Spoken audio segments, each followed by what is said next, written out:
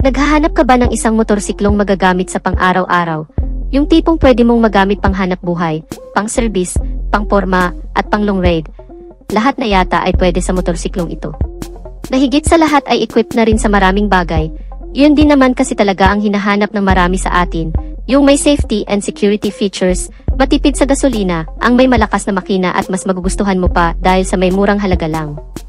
Sa hirap ng buhay ngayon ay bihira ka na lang makakita ng murang motor na panalo sa maraming bagay.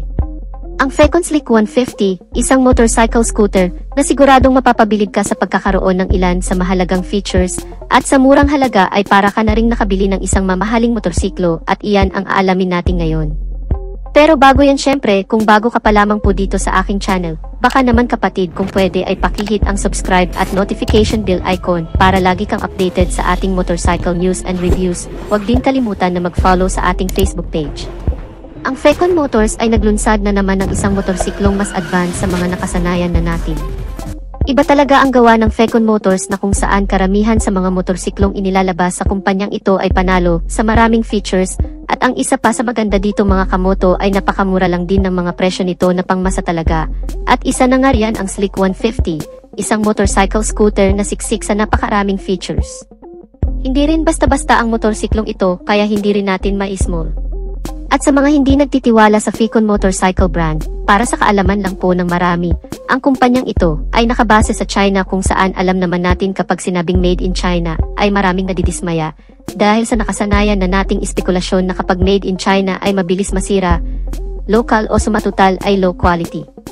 Pero speaking nga sa brand na ito na Fecon Motors, mga ilang taon na rin pinagkakatiwalaan ng iba't ibang bansa ang mga motorsiklong gawa sa naturang kumpanya. Ang kagandahan kasi sa kumpanyang ito ay binibigyang pagkakataon ang bawat isa na magkaroon ng isang klase ng motorsiklo na pang premium type ang datingan, na lahat ng hinahanap natin ay nasa isang motorsiklo na. Pang-abot kaya lang din ang halaga ng mga ito, kung hindi man bumenta sa'yo ang paliwanag natin ay ayos lang naman. Ang Fecon Slick 150 ay dinala dito sa bansa noong nakaraang taon pa, na kung saan marami na rin sa atin ang nakagamit at nakasubok na sa performance na meron sa motorsiklong nito. Ang pagkakaroon ng kabuang makina na powered by 150 cubic centimeter na displacement capacity, with single cylinder, naka 4-stroke, single overhead camshaft, at ang mas maganda dito ay naka 4 valves na rin ito. Gaya sa ibang mga motorsiklo na lumalabas ngayon, na may transmission type na auto CVT, continuously variable transmission with gearbox naman na variable speed. Naka-liquid cool type na rin ang cooling system nito, kaya hindi hassle kapag ikaw ay naglo-long ride, dahil hindi basta-bastang umiinit ang makina kapag ang cooling system ay liquid-cooled na. At ang engine performance nito ay hindi rin pahuli sa pagkakaroon naman ng maximum power, na 16 horsepower, sa kada 8,000 RPM. Habang ang maximum torque naman nito ay nasa 14.6 Nm sa kada 6,500 RPM. Di hamak na napakalakas na rin ang power output level ng motorsiklong ito. Napakabilis rin talaga ng takbo na naitala ang average top speed ng motorsiklong ito na umaabot sa 120 km/h. Suwak na rin naman ang motorsiklong ito para sa mga taong palaging nagmamadali. Pagdating naman sa mga external parts design nito, ay agaw atensyon naman ang pagkakaroon nito ng unique na disenyo mula sa front face body nito, ang pagkakaroon ng napakataas na windscreen protector naman para sa mga debris na tatalsik sa'yo, kung sakaling pinapatakbo mo ng napakabilis ang motorsiklong ito. Ang headlight nito ay may kasama ng mga daytime running light, na napaka-aggressive tingnan na bumagay din sa pagiging natural type ng motorsiklong ito. Ibang-iba ang disenyo nito, compared sa mga nakasanayan na nating mga motorcycle scooter, at ang isa pa sa pagkakaroon din ng footboard nito o gulay board na tinatawag. Samahan pa yan ng malawak na compartment storage na pwedeng paglagyan naman ng ilang gamit or helmet. Saktong-sakto lang talaga ang motorsiklong ito kung gagamitin lagi sa pamamalengke at pang-grocery o kaya naman ay pang-travel na rin, dahil napaka-convenient na rin talaga ang motorsiklong ito. Isa pa sa kagandahan din ito ay pwede mo na kaagad lagyan ng extra compartment storage, dahil meron ng built-in top box bracket na kasama na sa motorsiklong ito, so top box na lang talaga ang poproblemahin mo.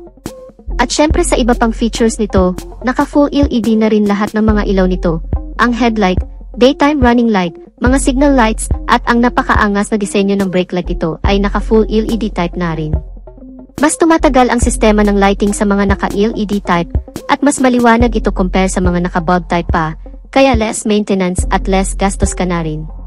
Bukod pa dyan, ay meron itong kasamang hazard light na naka-built-in na rin sa motorsiklong ito, with passing light switch for emergency.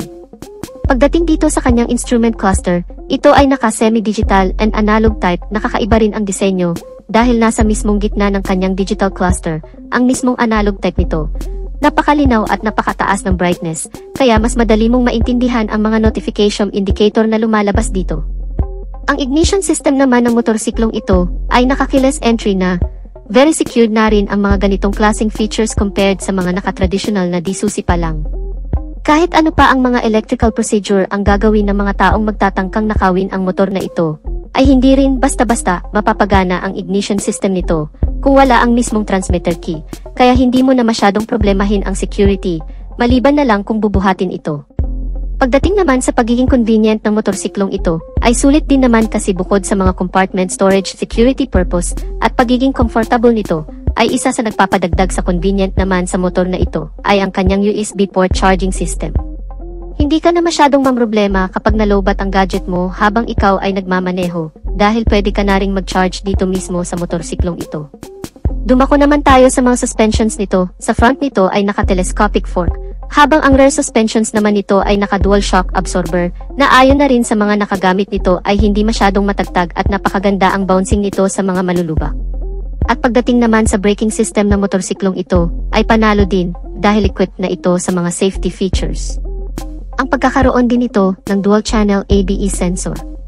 Ang front brake nito ay naka-single disc, dual-piston caliper brake, with ABS sensor, habang ang rear brake naman nito ay naka-single disc brake with single piston caliper, at equipped na rin sa ABS sensor na connected lang sa front brake nito, kaya medyo kampante ka na rin talaga sa pagkakaroon ng dual-channel ABS sensor. Pero sabi nga ng ilan, ang mas maigi pa rin nating pagtuunan ng pansin, ay ang pagiging maingat natin sa kalsada.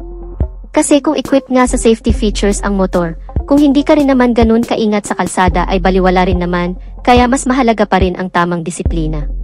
Bukod pa dyan, ang motorsiklong ito ay meron na ring mga reflector sa rear portion, ang karagdagang visibility naman sa kalsada, lalo na kung madilim.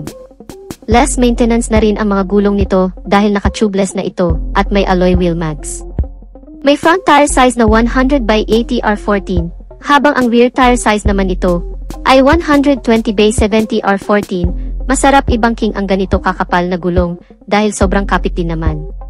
Para naman sa dimensions and capacities, ang motorsiklong ito ay halos kasing laki lang din ng Yamaha NMAX. Ang buong haba nito ay nasa 1,973 mm, ang lapad naman ay 754 mm, na may kabuang taas na 1,224 mm, at ang ground clearance size na 140 mm. May wheelbase size ito na 1,322 mm, at sitting height naman na 760 mm. Ang kabuang bigat ng motorsiklong ito ay 150 kg. Medyo may kabigatan pero ang advantage naman ito, kung idadaan mo sa napakalawak o maluwag na kalsada na may mga kasalubong ka na malalaking sasakyan, ay hindi ka rin basta-bastang mahawi sa mga makakasalubong mong sasakyan na may dalang hangin, at syempre, kayang-kaya rin naman itong magkarga o bumuhat ng hindi masisira ang mga suspension sa maximum load capacity na 150 kg. So kung ito ay gagamitin mo namang pang-lala-move, pang-deliver ay pupwede naman. At pagdating naman sa fuel tank capacity, ang motorsiklong ito ay hindi ka rin talaga bibitinin sa long ride o sa napakahabang biyahe, dahil ang fuel tank capacity nito ay nasa 9.2 liters. So napakalawak ng tangke na kayang magkarga ng 9 liters, at dahil nga sa fuel system nito ay naka-electric fuel injected type na rin ang motor na ito, ay sobrang tipid din naman sa pagkonsumo ng gasolina. May average fuel consumption ito na natala na umabot sa 43 km per liter, sobrang tipid sa napakahabang biyahe. Ang buong presyo naman nito, nung dinala ito dito sa bansa, ay umabot sa 100 to 118,000 pesos. I think mas tumaas na ito ngayon ng kaunti, na umabot naman sa 120,000 pesos. Pero depende pa rin yan sa branch na pagbibilhan nyo nito. Pero bukod pa dyan ay napakamura na rin naman ito para sa mga mahalagang features na meron sa motorsiklong ito, na kung bibili ka ngayon ng Honda ADV 160. Makina lang at design ang lamang, pero pagdating sa mga features ay halos pareho lang. May konting kalamangan din sa features ang Honda ADV, pero kung ika-cash mo naman ito, ay mas mahal compare dito sa Facon Slick 150. So kung ikaw yung tipo ng tao na napaka-practical at okay na rin naman sa iyo ang motorsiklong ito, so medyo recommended na rin. Pero kung afford mo naman ang presyon ng mga motorsiklo ng Honda ay ayos lang din naman, nasa sayo pa rin naman yan kung anong motor ang gusto mo. So dito na natin tatapusin ang video natin mga ka-Wizard Moto. Sana nagustuhan ninyo ang video. At kung nagustuhan nyo ay pakipindot ang like button bilang suporta na rin sa ating channel. At sa mga hindi pa nakasubscribe ay inaanyayahan ko kayo kapatid na mag-subscribe sa aking channel para lagi tayong updated sa mga videos na i-upload ko pa.